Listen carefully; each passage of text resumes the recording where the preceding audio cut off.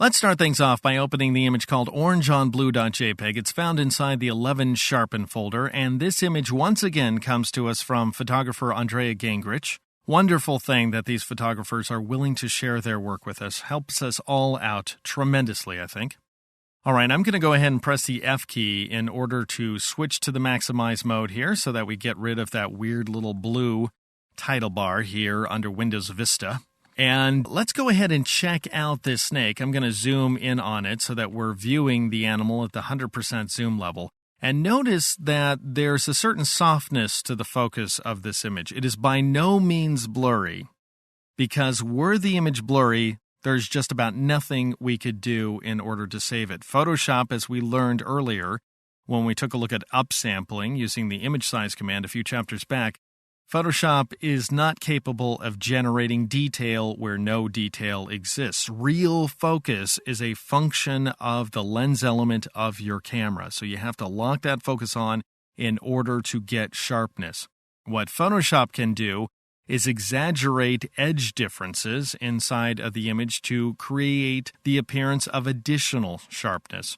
So this image, for example, is ideally suited to sharpening inside of Photoshop. And here's what I'm going to do, just to demonstrate how sharpening works. I'm going to go ahead and zoom in on this snake's eye like so. So I'm Control spacebar dragging. That would be Command spacebar dragging on the Mac in order to zoom into the image. Let me just take it out a notch. I'm looking at this eye at the 1200% zoom ratio now.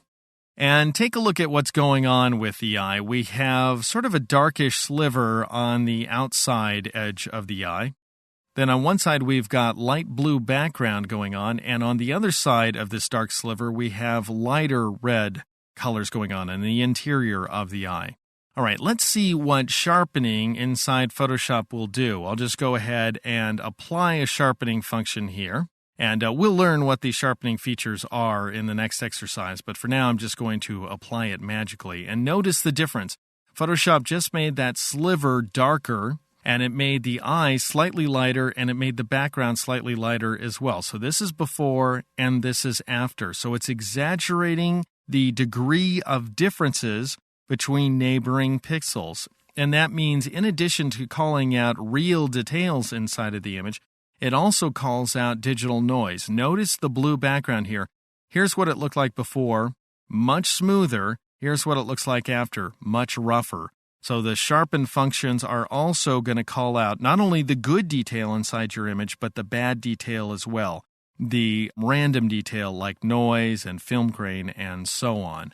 So now we know how sharpening works. It's all about exaggerating differences between neighboring pixels.